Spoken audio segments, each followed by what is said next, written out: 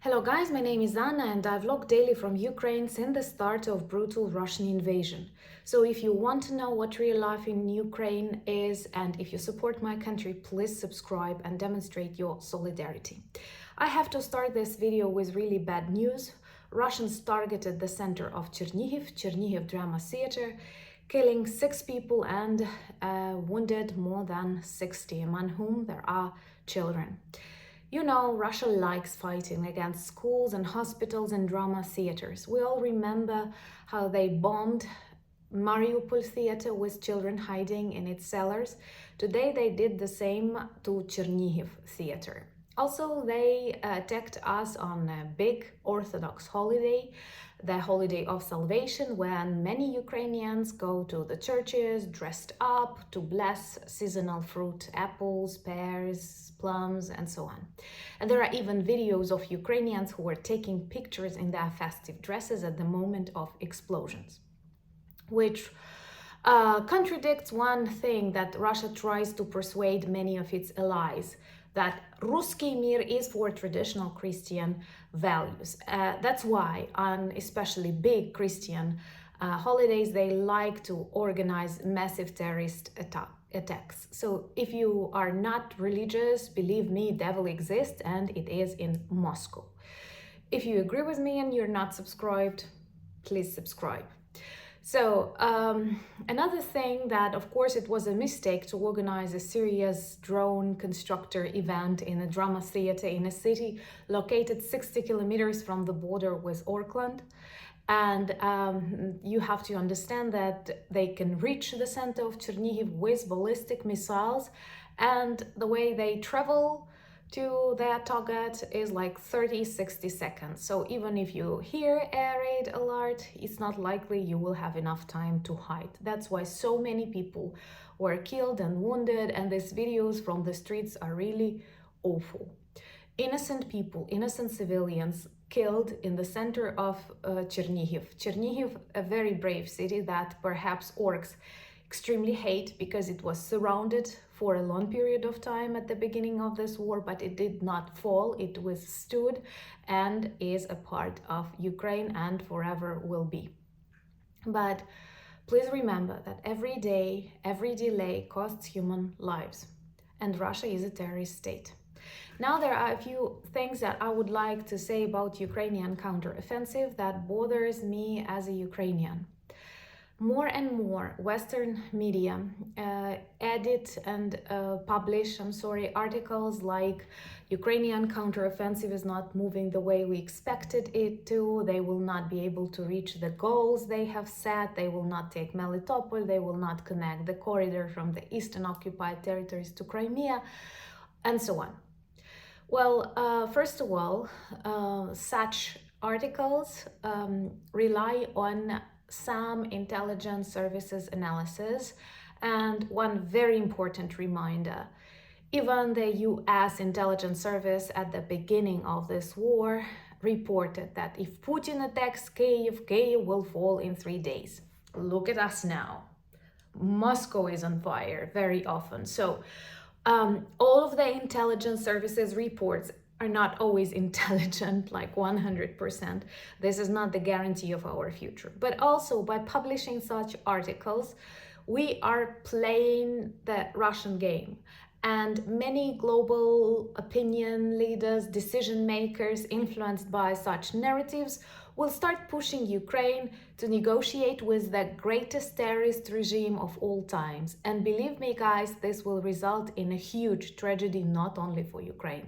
Because if we forgive Russia all of its crimes, we will inspire Russia to organize more terrorist attacks against different regimes. They will continue interfering in your elections, in your lives. They will want pieces of your lands, especially if you have been a part of Soviet Union or close to Soviet Union ever.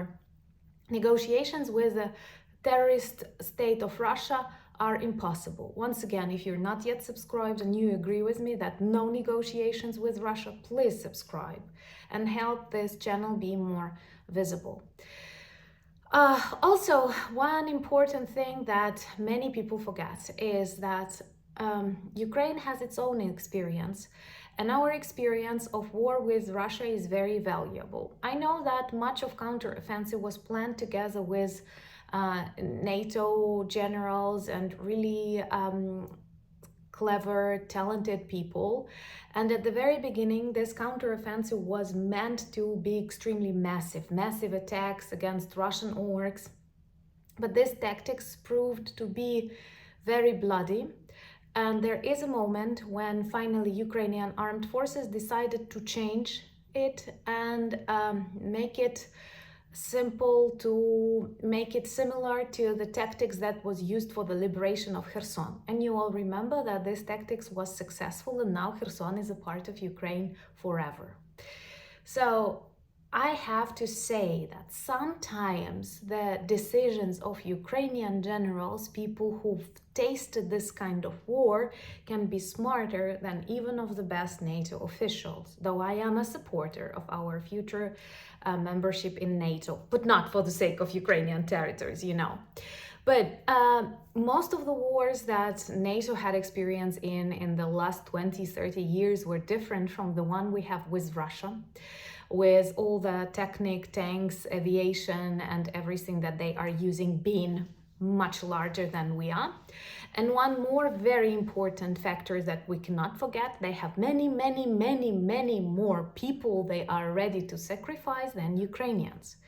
And not even ready to sacrifice, just in reality, they have many more people that they can mobilize than Ukraine. The number of our male and even female population is very different. That's why one of the Putin's ideas is that he can simply continue this war until, honestly, the last Ukrainian, because there will be a moment when we will lack people. It is not that easy to find more soldiers, to train them, to give them enough time. So we do have to care about lives and health of our soldiers, not only from this moral side, which is important, but also from simply mathematical point of view. That's why Ukrainian counteroffensive changed its tactics from massive aggressive attacks to a more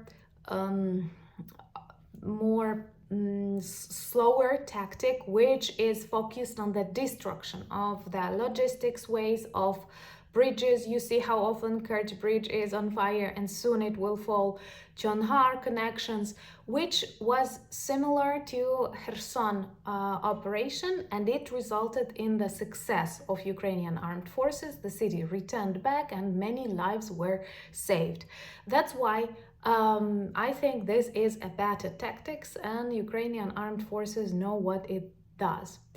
Because Russians have many people and they are able to do both, to attack or to fight against Ukrainian armed forces, and at the same time they have enough people to build, for example, defense systems. And you all know that they've managed to build like 3-4 stores, cellars, to protect their lines, and also they have lots of mines and other stuff, so they have a lot of human resources. We cannot outstand them in that, even though many people volunteer. But like in Ukraine, we have like 38 million people, now close to 10 million fled the war. Not all of these people are worse and can be soldiers, and in Russia they have 140 million people. Don't forget about that.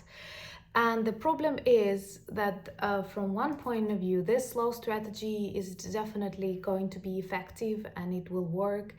And if we receive the weapons that we need and we are able to destroy these logistics centers, they will not have supplies, and they will do what they did in Kherson, what they did in Kyiv region.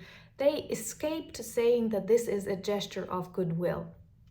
But with such articles, with various pro-Russian voices, they are trying to demonstrate that, oh, Ukrainian counteroffensive is not effective. Now there are many ideas not to provide us with weapons that we want, or just to cut down a little bit.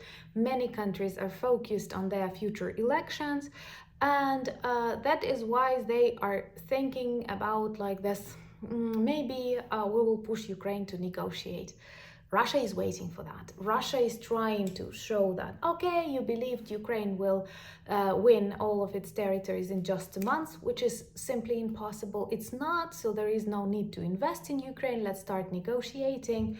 And negotiations with terrorists always lead to more terrorist attacks, and they will be targeted not only on Ukraine. So please, people, don't get tired.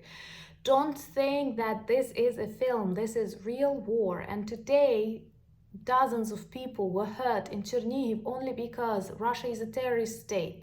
And it can target, I'm sorry, many of your cities if it will see that unpunished evil grows. And there is a tendency like that. And what Ukraine needs right now is monotonous support and patience. And believe me, we don't have any other existential choice but to win this war. So we need your monotonous support and patience. And Russia wants more and more things that, not everything is that good. Let's try and close our eyes on some things. We cannot live in the world without Russia, and less support. West is weak. You have your own problems. Believe me, even your own problems cannot be measured to the problems Russia will cause later to the world if it's not stopped, if it's not punished. And we are able to make them leave. We are able to return all of our territories. We need your support. We need your patience, because we are not tired. We are fighting, and we will continue doing that. I know that you understand me. Please share this video if you agree, subscribe if you're not yet subscribed, and follow me on Instagram, Twitter, Threads, and Discord. All the links are below this video, and also the link to our merch shop where you can find t-shirts like that, which work as good conversation starters. Tomorrow, I think I will introduce you to another interview, and I'm looking forward to your impressions. Thank you so much for your support, for your understanding, and Slava Ukraini!